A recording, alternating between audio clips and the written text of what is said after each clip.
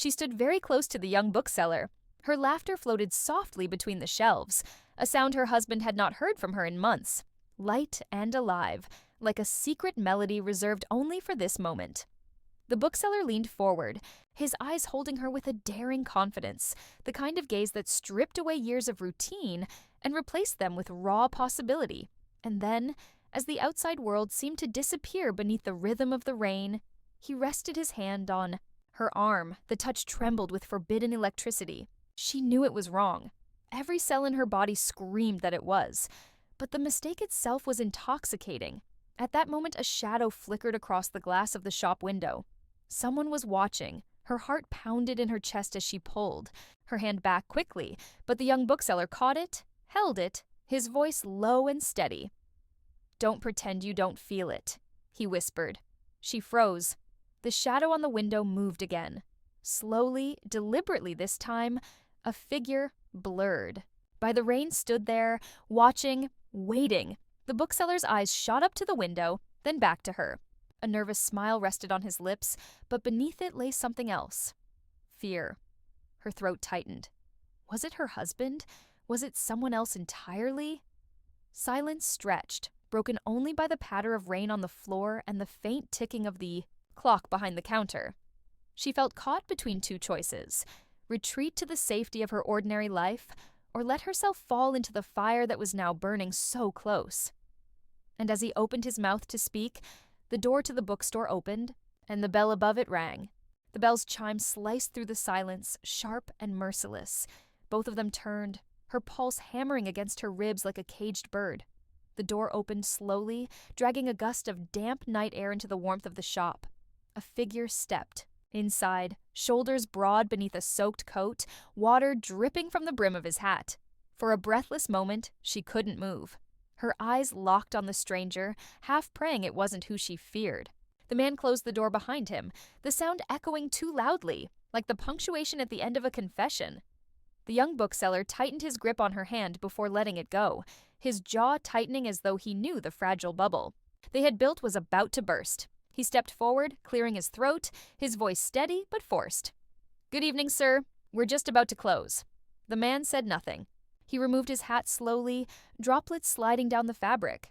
His face was shadowed by the dim light, but when he lifted his head, her stomach dropped. It was him. Her husband's eyes scanned the room, sharp and cold, lingering far too long on her flushed face and trembling hands. He didn't look at the bookseller yet. His gaze was fixed entirely on her, dissecting her without a word. She tried to smile, her lips faltering. You're home early," she whispered, the words fragile and hollow. His silence was louder than a scream. He hung his wet coat on the rack by the door, his movements slow, deliberate, like a predator circling prey. The bookseller shifted uncomfortably, glancing at her as though silently asking what to do. Finally, her husband spoke. His voice was calm, too calm. "I didn't realize you were such a lover of books." The words dripped with venom wrapped in politeness. Her throat tightened as if invisible hands were closing around it. I wanted something new to read," she stammered, though even she could hear how feeble it sounded. Her husband's gaze flickered to the bookseller, sharp as a blade. "And you?" he asked coldly. "Do you always keep your shop open so late for pretty customers?" The young man swallowed, but he didn't back down. His voice, though shaky, carried a trace of defiance. "I keep my shop open for those who need it." A dangerous smile touched her husband's lips. How noble! The air between the three of them grew suffocating. The only sound was the steady patter of rain outside, like an audience waiting breathlessly for the final act of a play. She stepped forward, desperate to diffuse the fire sparking in her husband's eyes. "Please," she said, her voice trembling. "Let's just go home." But he didn't move toward the door. Instead, he walked slowly down one of the aisles, his fingers brushing the spines of the books as though he had all the time in the world. "Funny," he said lightly, though the darkness in his tone made her skin crawl. "How many nights you've been so tired, so unavailable, and yet tonight you find yourself with energy to visit a bookstore in the rain." Her chest burned with panic. Every word was a knife, and she had no shield to stop them. She glanced at the bookseller, who stood frozen, his hands clenched at his sides, torn between fear and the instinct to protect her. Her husband stopped at the end of the aisle and turned back, his gaze like iron. "Tell me," he said softly, "what exactly are you reading here that you can't find at home?" The question hung in the air, suffocating. She opened her mouth, but no words came. The silence was damning. Her husband's expression hardened, confirmation gleaming in his eyes. The bookseller finally stepped forward, his voice breaking the tension. "Enough. Leave her alone." The words cut the air like lightning. Her husband's eyes snapped to him, narrowing dangerously. "And who are you?" he asked, his voice laced with contempt. "To tell me anything about my wife?" "I'm the one who sees her," the young man shot back, his voice steadier now, emboldened by the truth that could no longer be hidden. "The one who listens, the one who makes her feel alive." Her heart stopped. The confession echoed through the store. Undeniable. Irreversible. Her husband's expression darkened, rage flickering beneath the surface, restrained only by a thin thread of control. He stepped closer to the bookseller, their faces inches apart, the air between them crackling with unspoken violence. She rushed forward, her hands trembling as she placed them on her husband's arm. "Please," she begged, her voice breaking. "Don't do this. Not here. Not like this." He looked at her then, his eyes burning with betrayal, with hurt so raw it carved into her. For a fleeting moment, she saw not the predator, but the man who had once loved her, the man she had promised her life to. And then the mask of cold fury returned. "You've made your choice," he whispered, his voice low enough to freeze her. "Blood." The bookseller stiffened, ready to speak, but her husband raised a hand sharply, silencing him without a word. He turned back toward her, his gaze hollow, like a man already gone. "Enjoy your stories," he said bitterly, "because soon that's all you'll have left." He grabbed his coat from the rack, his movements sharp, violent in their restraint, and stormed out into the rain. The bell above the door rang once, then fell silent. The room collapsed into stillness. She stood frozen, her breath shallow, her body trembling. The bookseller moved toward her, his voice soft, hesitant. "Are you all right?" But she didn't answer. Her eyes were fixed on the door, on the space where her husband had stood. The weight of what she had done, of what had just unraveled, pressed down on her chest until she could hardly breathe. The bookstore suddenly felt less like a sanctuary and more like a trap, its walls closing in with every second. The rain outside was relentless, like the world itself was mourning, and she realized in that moment that nothing, not her marriage, not her secret affair, not even herself, would ever be the same again. The rain outside pounded harder, a relentless drumming that seemed to echo the chaos inside her chest. She stood still, numb, the echo of her husband's words. "Enjoy your stories, because soon that's all you'll have left," reverberating through her skull. Her hands shook as though the betrayal she had committed had finally seeped into her skin, staining her down to the bone. The young bookseller took a cautious step closer, his voice hushed, almost pleading. "He'll calm down. He just needs time." She snapped her gaze toward him, her eyes wide, burning with a mixture of fear and guilt. "No," she whispered, shaking her head violently. "You don't know him. He's not the kind of man who just calms down. He'll destroy me for this." The bookseller's jaw tightened, his hand hovering as if he wanted to comfort her but didn't dare touch her now. "Then don't go back," he said firmly. "Stay here. Stay with me." For a fleeting second, his words painted a picture in her mind. A life outside these suffocating walls. A life with him, filled with warmth, books, and stolen laughter. But the picture dissolved just as quickly, replaced by the image of her husband's face, the fury in his eyes, the betrayal carved deep into his expression. That look would haunt her forever. Her throat tightened. "You don't understand. He has power, influence. Everyone knows him. If he wants to, he can take everything from me, my home, my children, my reputation. I'll be ruined." The young man's eyes flickered with desperation. "But you'll be free." She wanted to believe him. God, how she wanted to believe him. But the weight of reality pressed down like chains. Freedom wasn't simple, not when the price was her entire world. She pressed trembling fingers to her temples, her breath quick and shallow. "I made a mistake," she whispered, more to herself than to him. "I thought I could escape for a moment, that I could feel something again. But I've just set everything on fire." The bookseller reached for her hand at last, gripping it tightly, refusing to let go. "No, what you felt here wasn't a mistake. You deserve to feel alive. You deserve more than being trapped in a loveless cage." Tears welled in her eyes, spilling down her cheeks in hot streaks. "And what about him?" she asked, her voice breaking. "What about the man I swore to love? I betrayed him, and he'll never forgive me. I've turned into the monster he'll paint me as." The bookseller's voice dropped, steady but laced with fire. "He pushed you there. His neglect, his coldness, the way he starved you of affection. Don't pretend he's innocent in this. He built the emptiness you're drowning in. I only offered you a hand." She wanted to believe it was that simple, but guilt clawed at her, relentless, merciless. Her knees weakened, and she sank onto the nearest chair, clutching her face as sobs tore through her. The bookseller crouched beside her, his hand resting lightly on her shoulder. But his touch no longer felt like salvation. It felt like proof of the chaos she had unleashed. The door rattled violently, making her jolt upright. Both of them froze, staring at it, hearts pounding. For a long moment, the handle didn't move, but the silence was almost worse.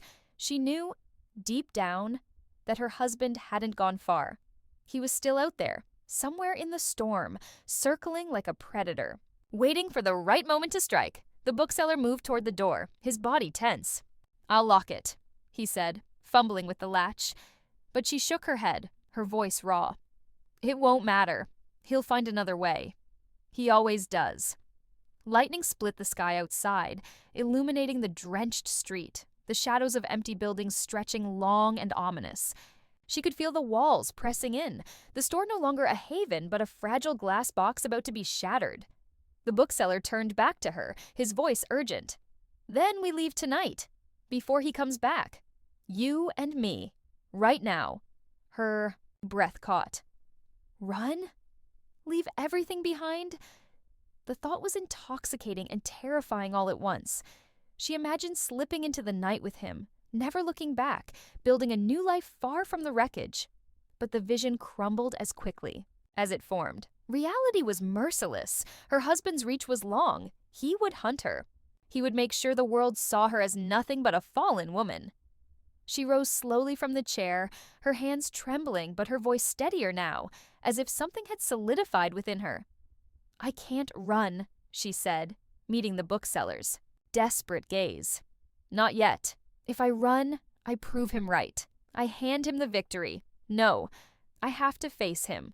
The young man's face twisted with frustration. "Face him? He'll tear you apart." "Maybe," she whispered, tears glistening on her cheeks.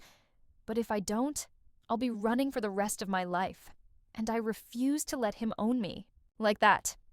For the first time that night, a flicker of strength lit her eyes. Fragile, trembling, but real. She wiped at her tears, straightening her spine. The bookseller watched her, torn between admiration and dread, knowing there was nothing he could do to change her decision. The rain outside eased slightly, softening into a steady drizzle. The storm had not passed. It was only gathering its strength. And in her heart, she knew the real storm was yet to come, because her husband's silence as he left the store was not surrender. It was a warning, a promise, and promises like his were never empty. The drizzle outside drummed with a quieter rhythm now, a deceptive calm after the violence of thunder. She stood by the window, staring into the blurred darkness, her reflection staring back at her, pale, trembling, eyes wide with dread. Behind her. The bookseller shifted restlessly, pacing the narrow aisle between shelves, his boots creaking against the old wooden floorboards. "You don't understand," she murmured, her voice barely louder than the rain. "When he walked out of here, he wasn't leaving. He was calculating. He was deciding how to end me." The young man stopped pacing, frustration burning in his eyes. "You're letting him live inside your head. He's just a man. He bleeds. Like anyone else." She turned sharply, her voice breaking under the weight of truth. "No, He's not just a man. You don't know the lengths he'll go to when he feels betrayed. He's respected, admired, untouchable. If he says I'm guilty, the world will believe him, and he'll make sure they see me not just as a woman who strayed, but as something rotten, unworthy of even pity. The bookseller's jaw clenched. He wanted to fight her fear, to dismiss it, but even he could feel the shadow her husband had cast over the shop. It lingered in the silence, thick and suffocating. She hugged her arms across her chest as though holding herself together. He won't come for me directly. Not yet. He'll begin quietly. Whispers in the right ears. Cold looks at dinner parties. Opportunities suddenly vanishing. By the time I realize the depth of his revenge, it'll already be too late. The bookseller moved closer, lowering his voice to a tender whisper. Then let me protect you. You don't have to face him alone. Her eyes softened for a moment, her defenses cracking. His sincerity wrapped around her like warmth. Tempting. Dangerous. Yet reality bit harder. She shook her head. You can't protect me from him. You'd only make yourself his next target. The words left a heavy silence between them. The clock on the wall ticked mercilessly, each second dragging them deeper into uncertainty. Then, 3 sharp knocks rattled the glass of the shop door. She froze, her breath catching in her throat. The bookseller stiffened, his body tense, his gaze darting toward the entrance. Stay here, he whispered, moving cautiously forward, but she couldn't stay still. Her whole body felt wired, every nerve screaming. The knocks came again, slower this time, deliberate. Whoever stood outside wasn't a stranger lost in the rain. It was someone who wanted them to feel the dread of waiting. The bookseller reached the door and peered through the glass, his breath fogging the pane. A moment later, he cursed under his breath and stepped back quickly. It's him, he muttered, her stomach turned to stone. She staggered backward, shaking her head. No, he wouldn't come back so soon. He wouldn't. But the voice outside cut her denial short. Calm, steady, terrifying in its control. Open the door. The bookseller's hand clenched into a fist. Don't answer him. The voice came again, louder now. You're only making this worse. Open the door. She could picture his expression. Without seeing it. Cold, measured, the calm before a storm of ruin. The bookseller turned to her, his eyes searching hers. Do you want me to let him in? Her lips parted, but no words came. Every choice was a blade, refuse, and her husband's fury would only sharpen. Allow him inside, and the truth of her betrayal would be trapped in these 4 walls with no escape. The handle rattled, a violent jolt. Her husband's patience was slipping. You think hiding changes anything? He growled through the door. You think this boy can protect you from what you've done? The bookseller moved toward her, his voice low but urgent. If we let him in, he'll break you. If we don't, we can slip out the back, disappear into the night. Decide now. Her pulse thundered in her ears. The rain had stopped altogether, leaving only the ragged sound of her own breathing and the steady thud of her heart. She looked at the bookseller, the only man who had made her feel alive in years, and then at the door, where her husband's shadow loomed like judgment itself. Her hands trembled violently. If we run, she whispered, he'll hunt us. If we stay... She trailed off, unable to finish. The handle rattled again, harder this time, the wood groaning under the strain. The bookseller grabbed her hand, his grip fierce, his eyes burning with conviction. Then make your choice. Him or freedom. Her breath caught. 1,000 memories crashed over her at once.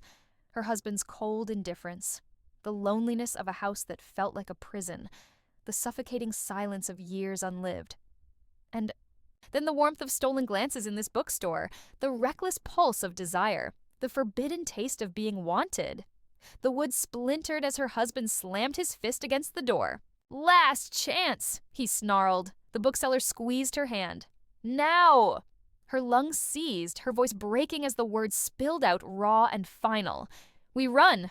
The bookseller didn't hesitate. He pulled her toward the back of the store, the old floorboards creaking beneath their hurried steps. Her heart pounded so hard it drowned out everything else. The rain, the wind, even the furious pounding at the door. They reached the back, where a narrow alley stretched into darkness, slick with rain and smelling of rust and stone. The bookseller pushed the door open, the cold night air rushing in, sharp against her damp skin. Behind them, wood cracked as her husband began to force his way inside. His voice followed them, a roar that shook her to the core. "You can't escape me." But she didn't look back. For the first time in years, she was moving forward. Not towards safety, not even towards certainty, but towards something that was undeniably her own. The bookseller's hand never let go of hers as they disappeared into the wet night, swallowed by shadows, chased by the echo of a man's fury that would not rest until it had consumed them both. The night air bit at her skin as they stumbled through the narrow alley, the cobblestones slick beneath their hurried steps. The bookseller's grip was iron around her hand, pulling her forward, away from the furious roars echoing behind them. Her heart raced not only with fear, but with the weight of a choice that could never be undone. They ran until the sounds of pursuit faded into the distance, until the bookstore was nothing but a faint shadow swallowed by the rain-soaked streets. Finally, breathless, she collapsed against a stone wall, gasping, her chest heaving as though her lungs had been set aflame. The bookseller turned to her, his eyes searching hers. In them was determination, but also the tremor of a young man who knew they were both walking into a storm greater than either had imagined. "We're free," he whispered, though even he didn't sound convinced. She looked up at the night sky, the clouds parting just enough to reveal a thin silver of moonlight. Free? The word lingered on her tongue like a forbidden fruit. She had broken from the iron grip of her husband's control. Yes, but freedom was never without cost. Already she could feel the looming shadow of what was to come, because her husband's promise, "You can't escape me," wasn't an empty threat.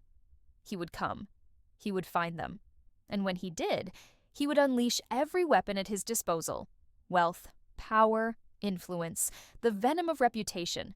Yet for the first time in years, she didn't feel small beneath the weight of his shadow. She felt alive, trembling on the edge of danger, but alive nonetheless.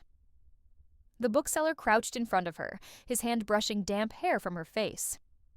"You don't have to go back to him," he said softly. "Not tonight. Not ever.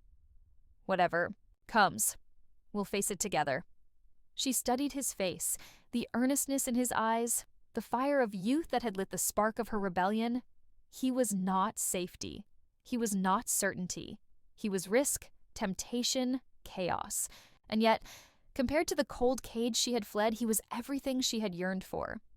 Tears blurred her vision as she whispered, "He'll destroy us both." "Then let him try," the bookseller replied, his voice steady, resolute. Something inside her cracked open then, not with despair but with resolve. She had lived her life bending under the weight of another's will, drowning in silence and obedience. Tonight she had chosen differently. Tonight she had defied him. Whatever storm was coming, she would meet it not as the obedient wife he once controlled, but as the woman who dared to fight for herself, even if that fight ended in ruin. The streets around them were empty, the city asleep, but she felt the world watching, waiting.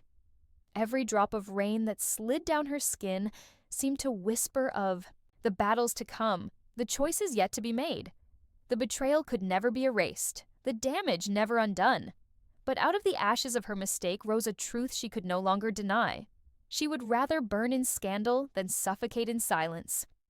The bookseller pulled her to her feet, his hand steady, his eyes locked on hers. "This is just the beginning," he said.